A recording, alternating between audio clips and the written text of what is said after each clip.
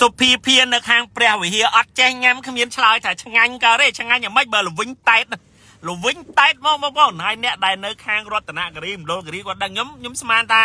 មានតែប្រហែលខេត្តហ្នឹងទេតែអត់ដឹងថានៅទឹកដីខេត្តព្រះវិហារនេះមានដែរហើយបងប្អូនហើយដើររកសាកលបងអីមកក៏បានឃើញកន្លែងបងស្រីនេះបាទថុលស្រីណាក់ហើយគាត់មានលក់ភីភាគាត់មានលក់ស៊ុបបាទមានពុះគូទឹកប្រហុកមានអីចឹងទៅហើយខ្ញុំបានសាកបាទស៊ុបភីភាបាទលក្ខណៈគាត់លក់ជីចាណាហើយនឹងស៊ុបគូ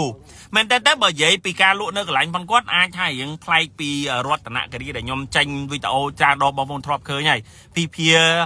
នៅនោះគេលក់បែបឆ្នាំងហើយរៀងខាប់ជាងហ្នឹងប៉ុន្តែភាពល្វីងរៀងស្តៀងគ្នាហើយនៅនេះខ្ញុំមិនដឹងថាម៉េចទេគេនិយមប្រើ